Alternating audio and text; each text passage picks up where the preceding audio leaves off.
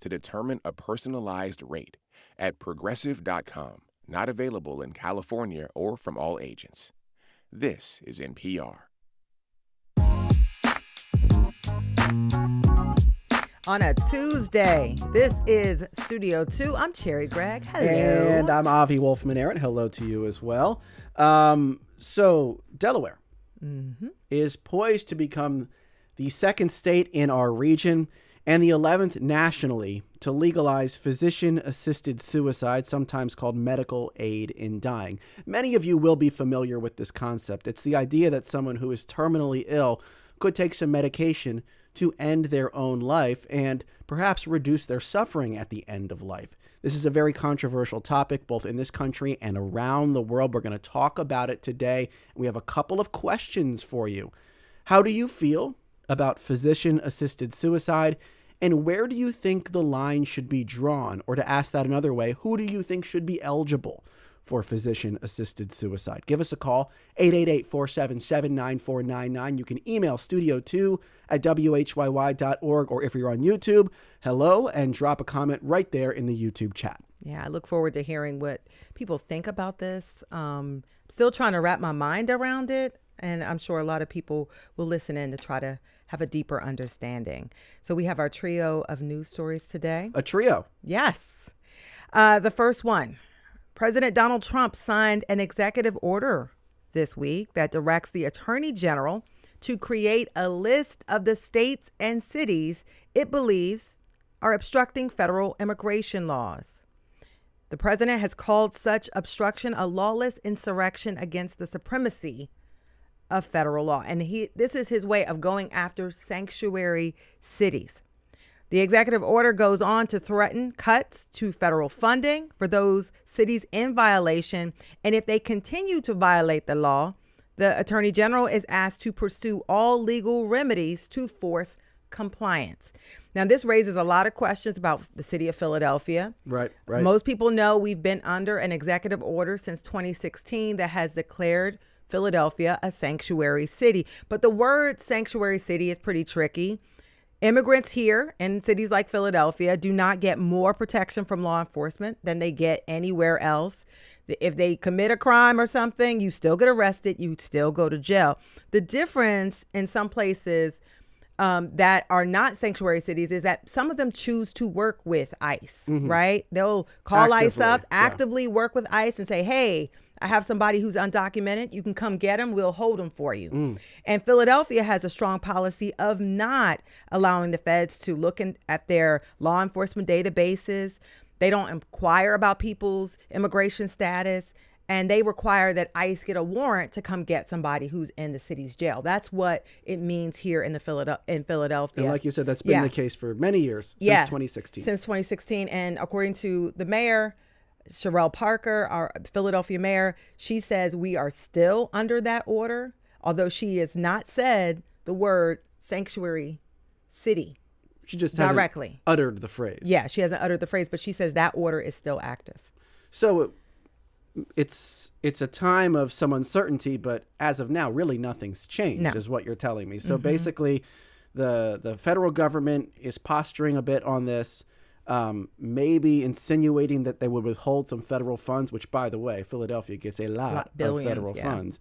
But they haven't done that yet, and Philly's policy hasn't changed yet. No. And the thing, it's interesting because the Attorney General has been directed to provide that list in 30 days. So we don't even know if Philly is going to be on the list. Right. They could be, and we'll know by the end of the month, and then we'll see what the steps are that are actually taken by the Trump administration once that list comes out. But, this has become an issue in New Jersey now. It's an issue in the governor's race there. Because they have a statewide thing in New Jersey. Yeah, they're considered a sanctuary state over there. Right. And so this is going to be a topic that keeps coming up. Speaking of Philadelphia and the White House. Yes. How about story number 2, Cherry? Yeah, well, right before President Trump signed the order about sanctuary cities, guess who he met with? I think I can guess. Yes. Are they a football team? Yes, Are they based in Philadelphia? Yes, and a bird is there. Okay. Oh yeah, Philadelphia Eagles. I was gonna guess a USFL team, but now that you said it, it's a bird. Got it. It's the Eagles. Yeah, well, they visited the White House Monday to celebrate their Super Bowl win. One player angered some Philadelphians. Others just stayed home. Several key Eagles players, including quarterback Jalen Hurts, who skipped the event due to scheduling conflicts. It raised some speculation about political reasons, but star player Saquon Barkley, who people fell in love with during the Super Bowl or the run to the Super Bowl, he was not only at the meeting at the White House, but he went golfing with President Trump. He flew on Air Force One on Sunday, and it prompted all sorts of backlash on social media, and he defended himself. Yeah. Well, Yeah. I'm sure Jalen Hurts got backlash too. Yeah, for I'm not sure. going. For not going. Yeah. I found this on someone posted on Blue Sky, and I haven't verified this list. I don't know. Yeah, look at this graphic here. This guy named Dennis Selman went through the photo of everyone who was there, and then they highlighted in red the players that appeared, and blue is the players who had scheduling conflicts. And if you're just listening on the radio, there's more blue than red. So at least according to this accounting, most of the players did not go. They had lots of scheduling conflicts, it seems. But what's interesting about that graphic and showing that is that, back when the Eagles won the Super Bowl in 2018, when Trump was in office, they were formally uninvited, right? Like the invitation was rescinded. And it makes me wonder that, in the end, it might have been a very similar situation to what we ended up having this time. We don't really know who would have gone in 2018, but presumably some of the players would have gone and some of the players weren't going to go. What happened that time was that the players who didn't go, at least some of them, said ahead of time they were not going to go, which created this back and forth between the team and the White House. But, the people who were involved in the organization in 2018, owner, general manager, they attended this time. So you think they probably would have attended last time, and it would have been the same situation. Some people would have gone, some people didn't. Yeah, you never know. By the way, Trump praised quarterback Jalen Hurts' performance during the season. He even endorsed the tush push. I'd throw that one in there. Since we had a whole bit about that. Anyway. Yeah. Okay. Well, you know what? Let's take a break from presidential politics, executive orders, and the like. Let's just talk about olives. Okay. Do I have your attention? Yeah. As much as I would give attention for olives. So go right ahead. Oh, you don't like olives? Not a big olive fan, but I will go for the olive this story. Go right ahead. This is not the segment for you. So yesterday, Philadelphia Magazine editor Bradford Pearson posted this photo on Blue Sky. Now, you can't see it if you're just listening. What it shows is a humongous tub of olives sitting on a street corner in South Philadelphia near Pat's and Gino's. This tub of olives, first of all, it's absolutely massive. It's just sitting there, and it has messages scrawled on it. One message says, "This full of olives." The other message says, "Have fun." If you open up the tub, indeed, it is full of olives. Now, I'm a journalist. Yeah. First and foremost, Cherry. So when I found out about the tub of olives sitting on the street corner, I went and checked it out myself. You wanted to verify. I wanted to verify. Just like Edward R. Murrow would do. And I found, indeed, it was there, and it was chock full of olives, about $300 worth of olives. When I went, I noticed there was actually a third message scrawled on the back of the olives, and it says, "Warning, olives." Okay.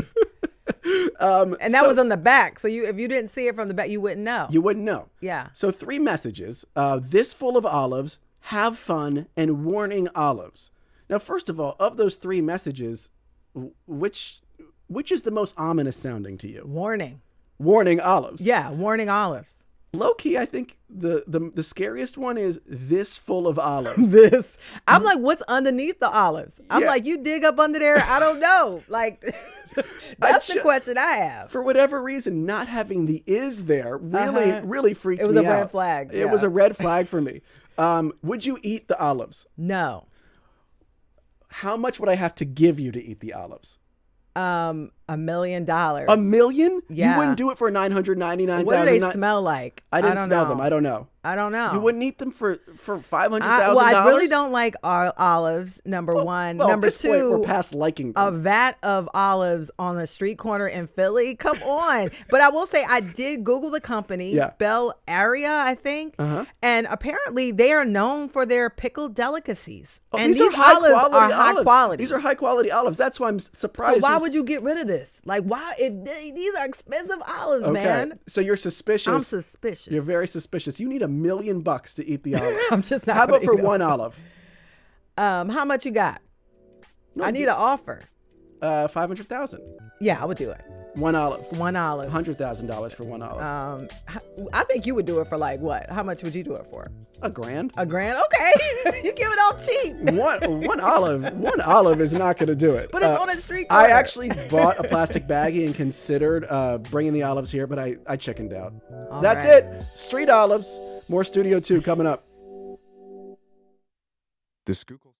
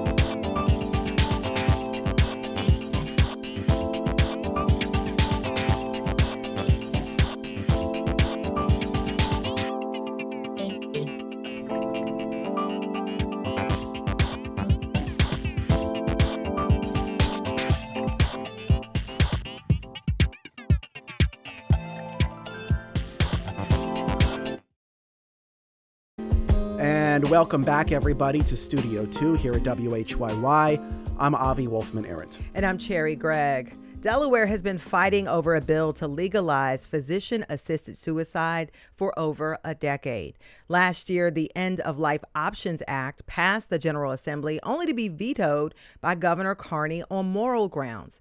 Now it's passed again, and the newly elected Governor Matt Meyer has signaled that he will sign it. Battles over assisted suicide have been raging in this country and around the world for years.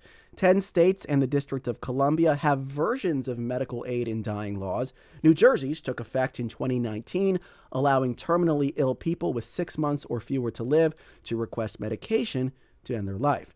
And now advocates are suing the state to expand the bill to non-residents. But there is plenty of opposition on religious grounds and fears that sick people or people with disabilities will feel pressured to end their lives. Pennsylvania has a bill that's not getting a lot of traction in a divided state house. So today the debate is over physician-assisted suicide and how the laws work. In Switzerland, anyone of sound mind over age 18 can receive suicide assistance. Does that go too far? And our questions for you this hour: how do you feel about physician-assisted suicide? And where do you think the line should be drawn? Give us a call. The number is 888-477-9499. You can email studio2@whyy.org.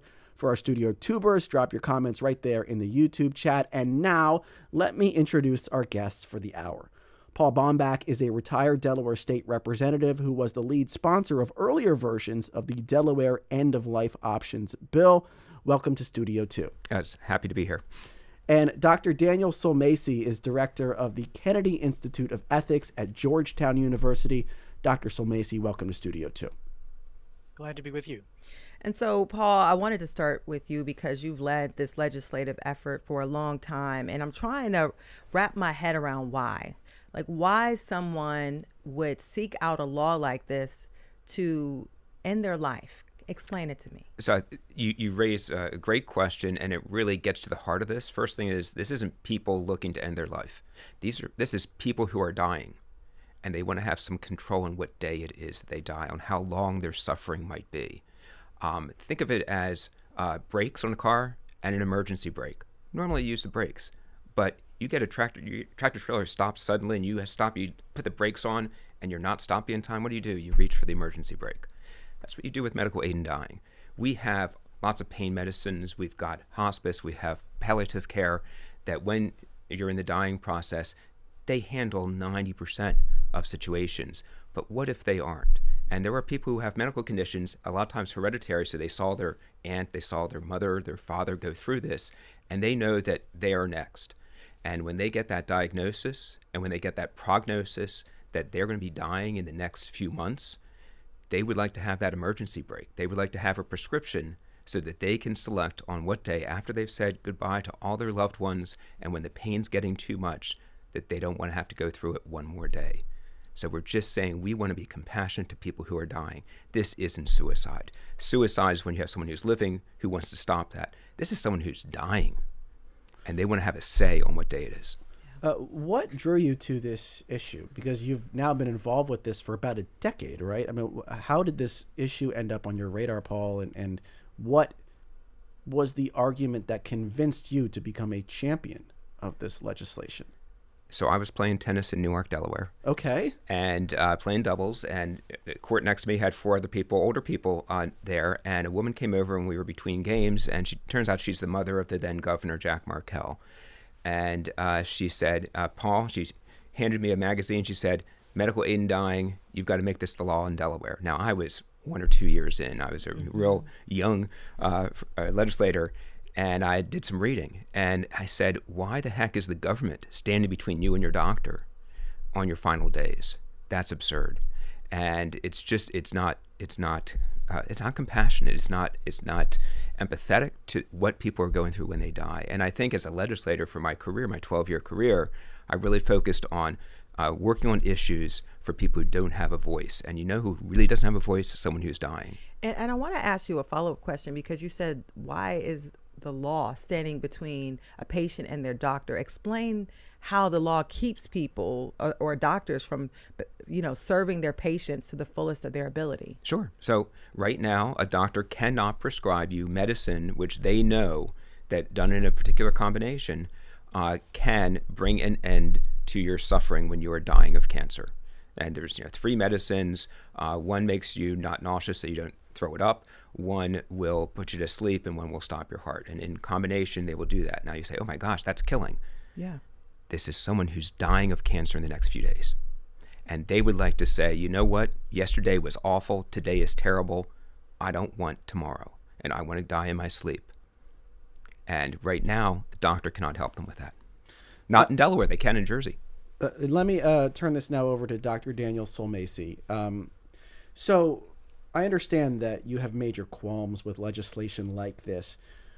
And I know there are various qualms that you have, but for you, what is the most forceful, the most compelling argument against medical aid in dying? I think the most important one is the way in which it actually interferes with what should be the basis of the relationship between a patient and a physician. The relationship should be based on one of trust. The Hippocratic Oath basically says that create a space in which patients are able to reveal their deepest secrets, to be able to be vulnerable as they are when they're dying or sick, that we need to have some limits on what a doctor will do. And those are pretty simple ones. I won't disclose your secrets, I won't have sex with you, and I won't kill you. Right? And those are the basis on which the rock bottom of the trust has to exist between a physician and a patient. I've cared for thousands of dying patients, right? And they don't need to think, no one who's listening to this should think they either have a choice of dying racked with pain or using assisted suicide. We can do more than we've ever been able to do in the history of humankind, to treat patient symptoms, to accompany them, even to, if necessary, to put them to sleep ourselves. But we won't cross the line, which would make it very dangerous to be able to actually be the agent of making them dead. So you object, your primary objection is to putting the doctor into that decision-making role and, I guess, undermining the philosophical role of the doctor in the doctor-patient relationship. Do I understand that correctly? Yeah, it's more than philosophical, Okay. right? It's human, it's relational, it's about trust, it's about the intimacy of the doctor-patient relationship, and the necessity of being able to create some boundaries on what it is that medicine actually does. And practically then, what do you think might happen if that relationship is compromised or frayed? Well, I think, for instance, that disabled people in particular are very worried about these kinds of laws. Because if you look at the data, the reason that people give for this is not that they have uncontrolled symptoms. It's because they feel that they're dependent upon other people, that they've lost autonomy. And people who are sitting in wheelchairs say, you're talking about me, right? That's my life all the time. And what you're doing by legislating this is saying the state gives sanction to doctors to be able to help people to end their lives, to decide their lives are no longer worth living because they're dependent on other people, they've lost a certain amount of control. And I never want to ratify that decision. I want to accompany my patients to their very last breath, treating their symptoms, making them as comfortable as possible, but not crossing that line. And I want to just sort of bring up what Paul mentioned in his earlier statements about, the law in Delaware. If passed, it would allow people, who are going to die, they're in pain, and the death is coming, and they're asking you. You're a doctor, you're their patient. How do you feel about that when your patient is of sound mind and they're asking you for that help? Yeah, that's happened to me before. And the first question is, when the patient asks that is, why are you asking that? Mm-hmm. If it's about pain, we can treat their pain, even to the point of, if necessary, of making them unconscious, if that's what it takes. If it's about nausea, we can treat their nausea. If it's about issues of control, right, and sort of saying, I want to die at 3:32 in the afternoon on such a particular day, I'd say, why do you want that? What's the reason for asking for that? How can I help you? I just want to make sure I understand the line. So for you, you would put them in a medically induced coma. You would be willing to do that, but not cross that line to where they are no longer alive. Yes, there's something that's been for centuries old called the rule of double effect, by which it is perfectly legitimate right now, and I do it quite frequently, to give patients pain medication with the intention not of making them dead, but of controlling their pain. And if necessary, you keep increasing the dose. And if they become unconscious as a result of that, we accept that. So but we have not crossed the line of actually giving them, as Mr. Baumbach said, a drug which would actually stop their hearts. I won't do that. So lots of comments coming in. I want to bring in a caller now. This is Megan from Flowertown, who's on line 2. Thanks so much for calling Studio 2. What is your question or comment? I recently visited a relative in a memory care unit, and her quality of life was so bad, and she was so miserable. And I also watched my mom drag on and on for 3 years. And it occurred to me that, like other healthcare decisions, I want autonomy over my body to make these decisions. And I don't think the government should be involved. And I'm really not worried about people suddenly all wanting to take their lives. I think it's really for people who are so sick and can't take it anymore. And I'm having these discussions with my adult children now and trying to make a plan, even though I'm only in my 60s. Can I ask you if you're willing to share, what is that plan starting to look like for you? Is there a sort of time horizon you want to establish, a certain pain threshold? What are you thinking about?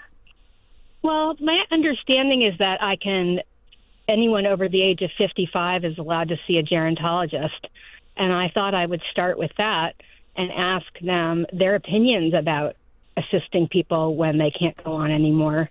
And also talking to a lawyer and every step of the way involving my adult children. I told them how bad the experience was seeing this person in the memory care unit, and they were like, good, let's talk about this. We should be talking about this. Oh, interesting. Yeah. Thank you so much for that call. Yeah. Really helpful insight. Paul, you mentioned earlier that this is for people who are dying, facing imminent death.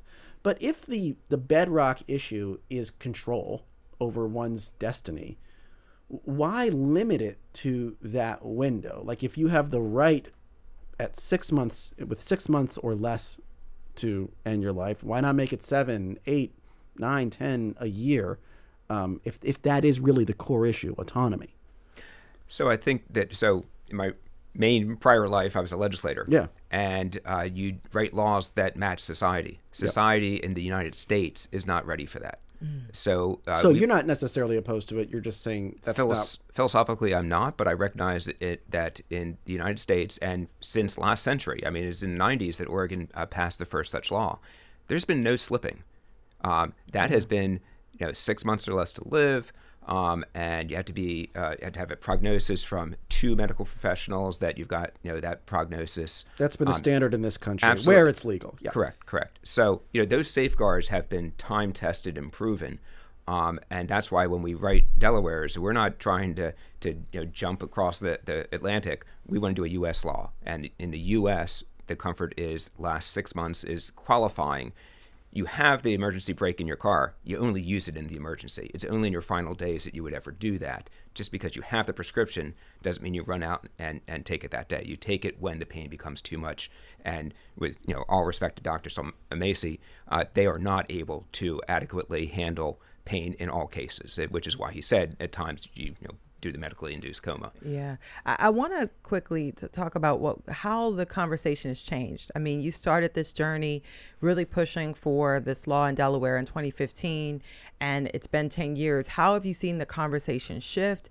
What do you think convinced people to where you got to a place where the law was able to pass through the General Assembly? You start talking about it. So you talk about it in the media, you start talking about it in committee meetings, you start talking about it one-on-one with colleagues. Each colleague had a different story. Sometimes it was their spouse who read about it and said, dear, you've got to sign on to this. When I'm getting to that point, I want that. You better make that the law. We had one Representative Hensley, who missed a few sessions in early January of last year. It's because his mother was dying in California. She wanted to use their law, and he went over to help her, and the doctor put him through the 5th degree to make sure he was not coercing her. And he said, Doc, I'm a Republican, I'm a state legislator, I have voted against this legislation year after year after year, and he has.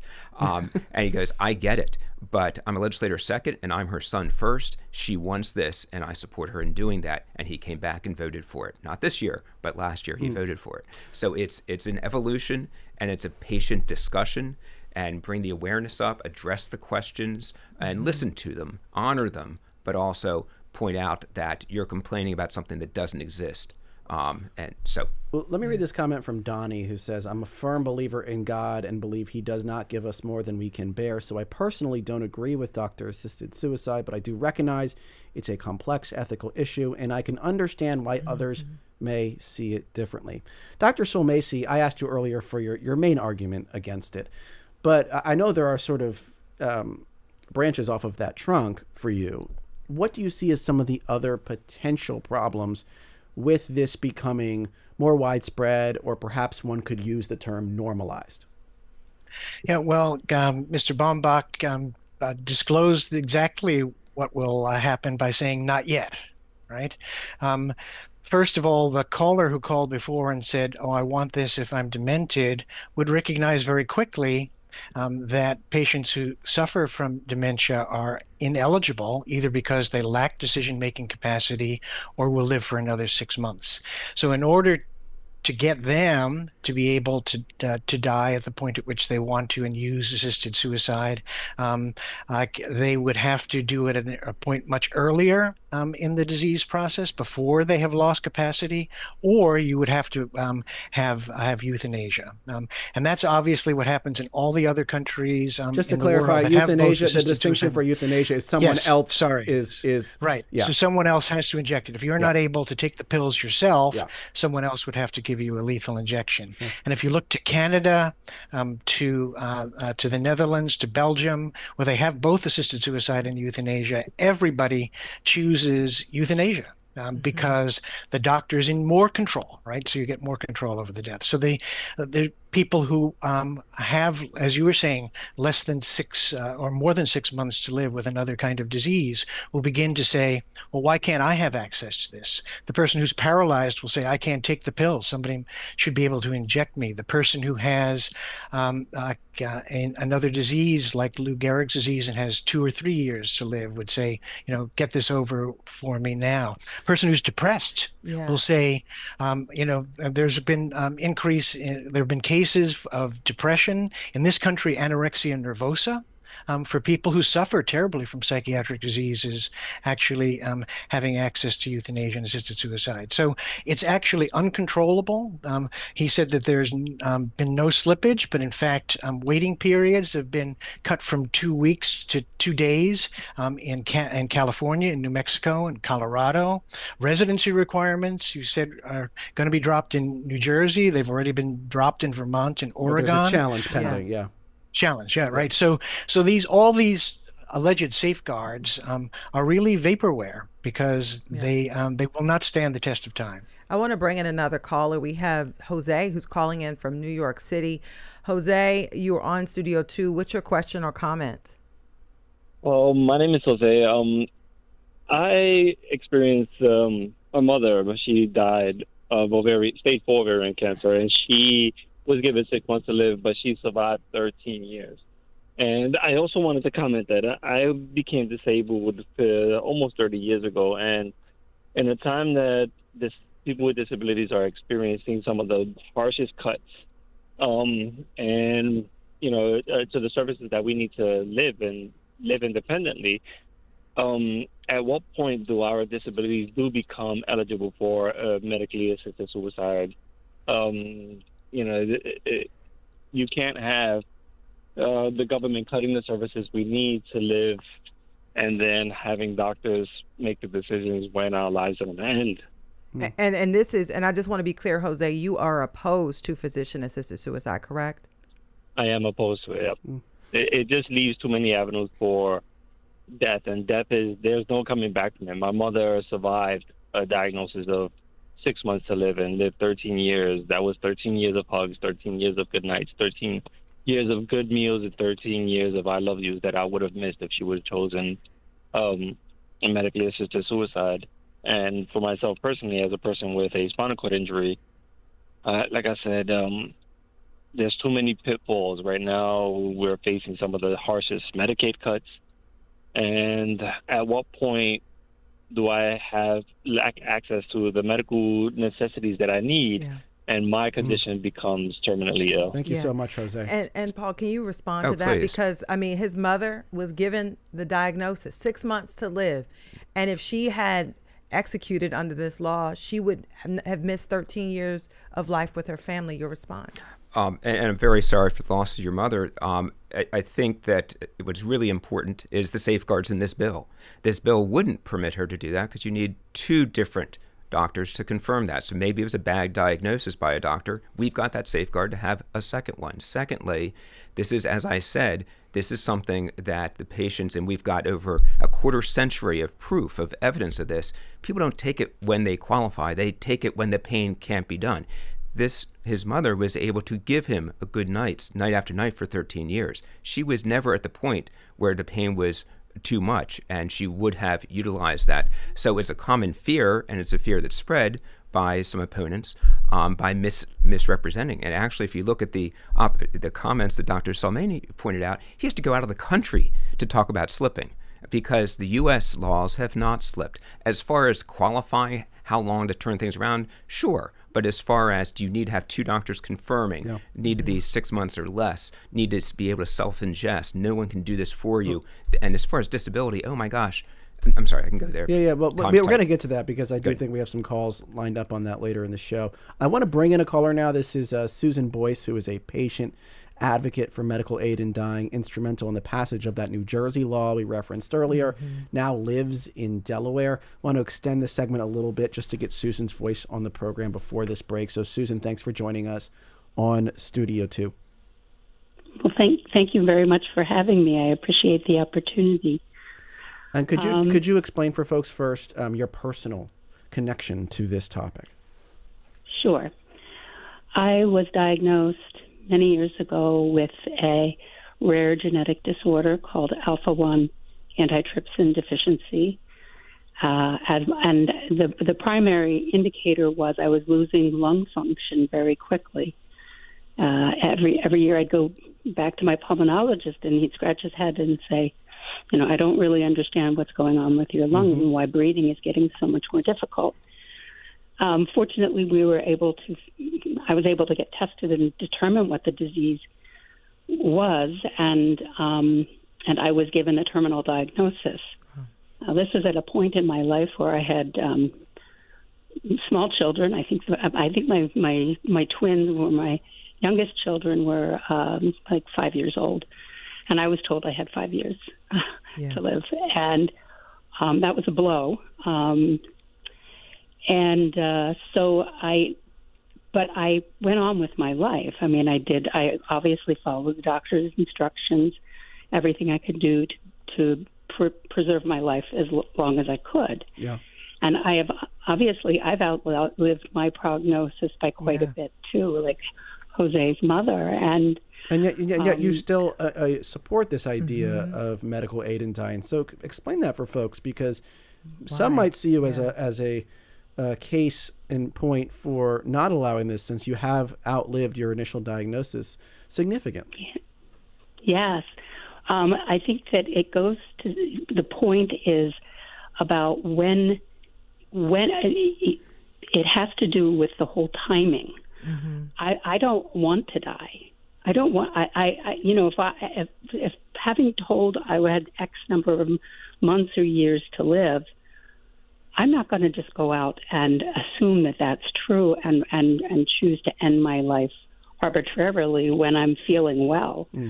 What the patients want is just to cut off that last little piece of painful existence that some may face and others may not. I mean, palliative care is a great option, and this is not in place of palliative care. It's along with it. Yeah. So I know of no patients, and I've spent a long time now advocating for these bills. I know of no one who's an advocate who wants to spontaneously take this medication prematurely. And Susan, I got to ask you, I mean, you're a mom, you're a wife. What does your family say about this? How do you have that conversation about you wanting to possibly make that choice? I am so glad you asked that question, because this has been one of the most important, life-changing things, I think, in my family. So when I was diagnosed, my children range in age, but I would have age-appropriate conversations with them about what's going, what could be down the pike for me. And we had those conversations as a family, and it was just something they grew up with knowing. It was a reality in that they had to confront the fact that their parent will not be with them necessarily their whole life. And it changed our relationship in such a positive way that I certainly got a lot of value out of parenting them, because we were having these open conversations in our family. And I think as a result, my children benefited, because the fear that comes along with death, it's not removed, but when you're able to speak of it and not shut it out of the conversation in our society, there's a loosening up that happens.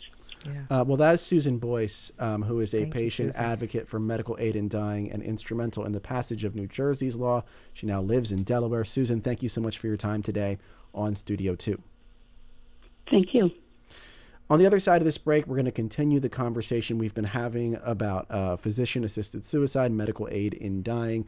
We've got an advocate from the disability community lined up for the other side of this break, and also some great comments from folks like Callers, you. too, yeah. Let me read a couple of them. Matt from Norristown says 100% in favor of physician-assisted suicide. David from Philly says, I feel it's okay as long as there are guardrails.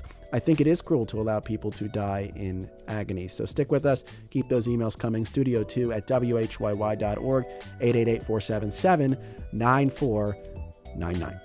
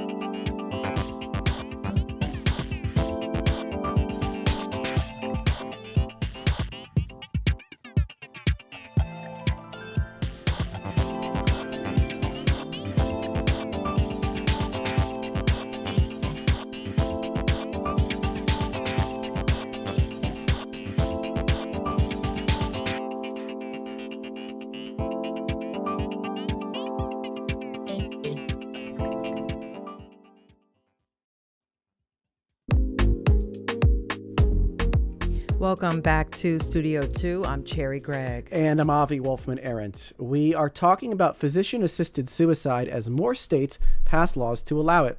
That could soon include Delaware, if Governor Meyer signs the End-of-Life Options Act, which he has said he supports. We have two guests with us this hour. Paul Baumbach is a recently retired Delaware state representative who was the lead sponsor of the End-of-Life Options Act. And Dr. Daniel Sulmacy is director of the Kennedy Institute of Ethics at Georgetown University. And for you, our listeners, our question is, how do you feel about physician-assisted suicide, and where do you think the line should be drawn? You can call us. The number's 888-477-9499. You can email studio2@whyy.org. And if you're watching on YouTube, you can drop your comment in the chat. Before I get to that advocate that I mentioned on the other side of the break, I wanted to give you, Dr. Sulmacy, a chance to respond to what you've been hearing, because a lot of what I've been hearing from advocates is that, yes, there may be some sort of theoretical Pandora's box, but this box has been open for a while. Not that much has changed in this country. And ultimately, the people that, the very small handful of people that seem to use these laws are in this very narrow category of people who are deeply ill at the end of their lives. So just a chance to respond to that kind of that part of the conversation. Sure. A couple of things to respond to. One is, again, the realization that we're pretty poor at prognostication. If somebody's going to die in 2 hours, I'm pretty good. At 6 months, we're terrible at it, actually. And you've heard a couple of examples of that even already from advocates. And that ought to make people worried. And there have been cases of persons whose families have been very upset that they think they could have lived, their loved ones could have lived longer, and were given this option. The second thing is, again, I heard some of your callers callers calling in and saying it's cruel to let people die in agony. I agree. It's cruel to let people die in agony. I'm a good doctor. I try to help people who are in pain, and we can do that better than we have ever been able to do in the history of humankind. Even as I said, to the point, if necessary, giving them enough pain medicine to make them comatose if necessary. And then lastly, you invited me to talk more about what's sometimes called the slippery slope. I think part of what's happened in this country is we haven't yet reached the tipping point. Not enough states have approved it for people to come out full guns, but all the advocates are there. And again, we have had changes already to existing laws. As I said before, in California, New Mexico, and Colorado, the waiting period has been dropped from 2 weeks to 2 days. Residency requirements have been dropped in Vermont and in Oregon. There have been expansions in terms of who gets it. Cases in Colorado of people getting assisted suicide for anorexia nervosa. Case in Oregon for somebody for getting it for diabetes. High blood pressure and high cholesterol have been listed as the diagnoses in the state of Maine. Yeah. So all of this is already beginning to happen here, and the future is outside of this country. Where in Canada, Belgium, and the Netherlands, 5% of all deaths are from euthanasia.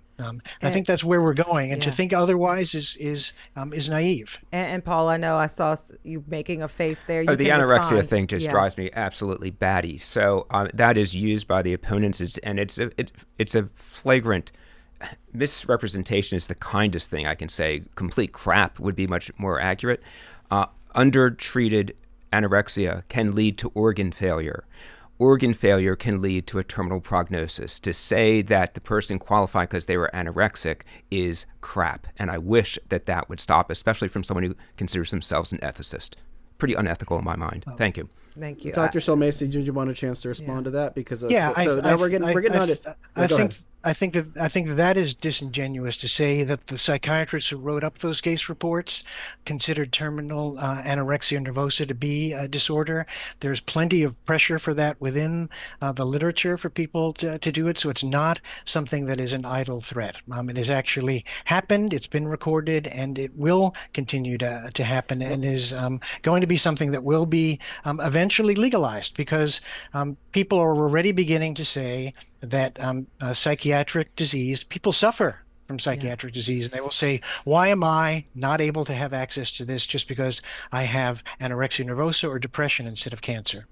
Let me bring in Max Rodriguez now, who is the manager of government affairs for the Center for Disability Rights. We heard about this idea earlier that this type of legislation could potentially discriminate against people who have disabilities or lead them into choices that they maybe did not truly want to make. And so, Max Rodriguez, welcome to the program. Hi, thanks for having me. And top line, Max, what do you feel like is the threat for people with disabilities when it comes to this type of legislation? I think Dr. Solmesi has really laid out the argument pretty well. When you look at the reasons, and I'm actually looking at the report from 2024 from the state of Oregon that's been cited a few times, or Oregon as a state's been cited a few times here.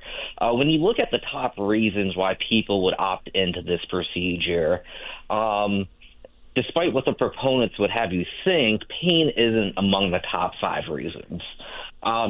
Things like loss of autonomy, loss of bodily functions, fearing, a decrease of quality in life. When we look at those types of issues, really what we're talking about is, acquired disability. And our biggest concern is that, what kind of signal is this really sending to disabled individuals saying, if you have to live with these conditions, then your life just isn't worth living. But I mean, is there a way to sort of protect people from, or to provide the type of autonomy that people who may be having serious disability or pain, and this is definitely a quality of life issue for them, giving them the autonomy, but protecting people who don't want to go down that road? Are there protections that could protect the disabled community, but still allow this type of service for those who want it? Unfortunately, that's a really hard thing to do.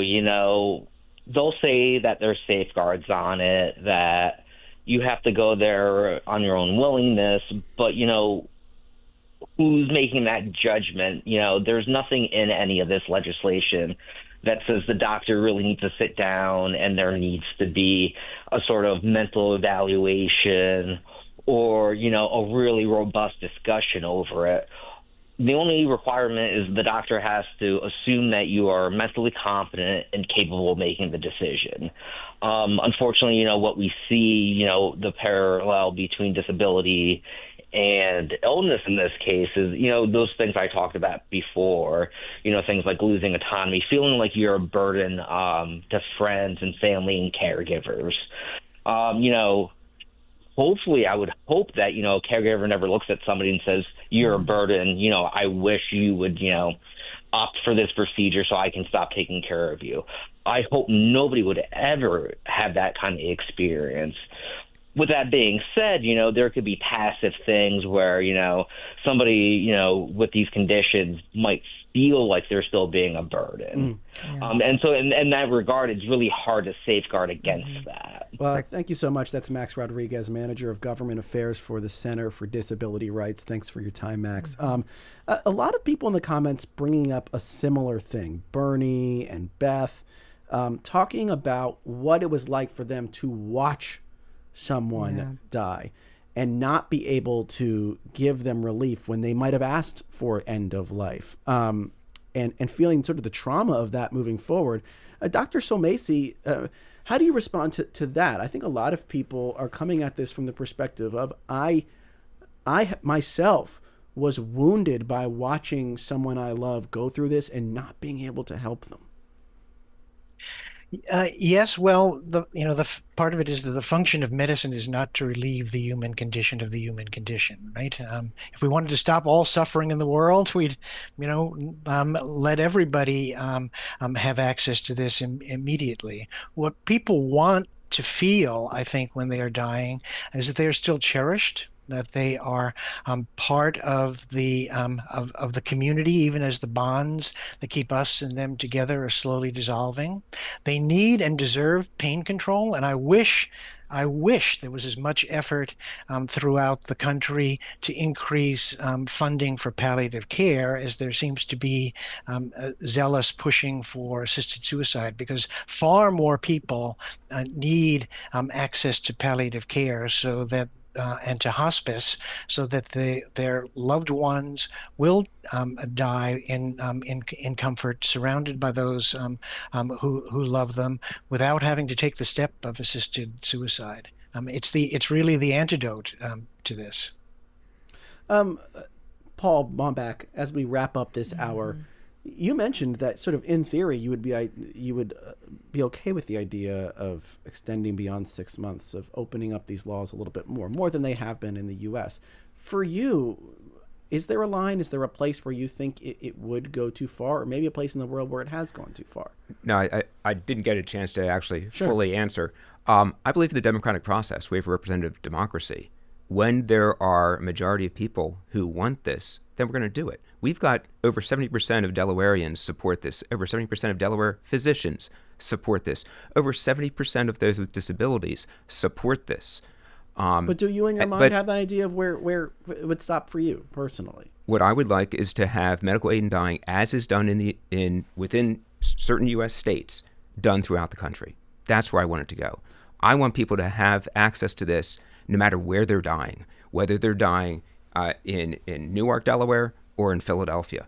And we're not there. And that's what I'm focusing on. Well, that's where we have to leave it. But thank you, Paul Bombach, retired Delaware State Representative, lead sponsor of the End of Life Options Act while in that body. Thank you, sir, for your time today. Thank you for having me. And Dr. Daniel Solmesi, director of the Kennedy Institute of Ethics at Georgetown. Thank you so much for your time, Dr. Solmesi. Pleasure to be with you. Thank you. By the way, Paul, Erica emails, I'm proud of the state of Delaware for taking on this initiative. Just last month, my close friend and mentor passed away at Christiana Hospital in Wilmington after suffering a serious head trauma, and we would have loved for him to have had this option. So thank you to our producers, Debbie Builder, Paige Murray Besser, and Andreas Copes. Thanks to Mike Schiffler, our visual producer, and to Al Banks and Tina Kalikay and Adam Stanishevsky, who engineered today's show. Our executive producer is Kevin McCory from Studio 2 at WHYY in Philadelphia.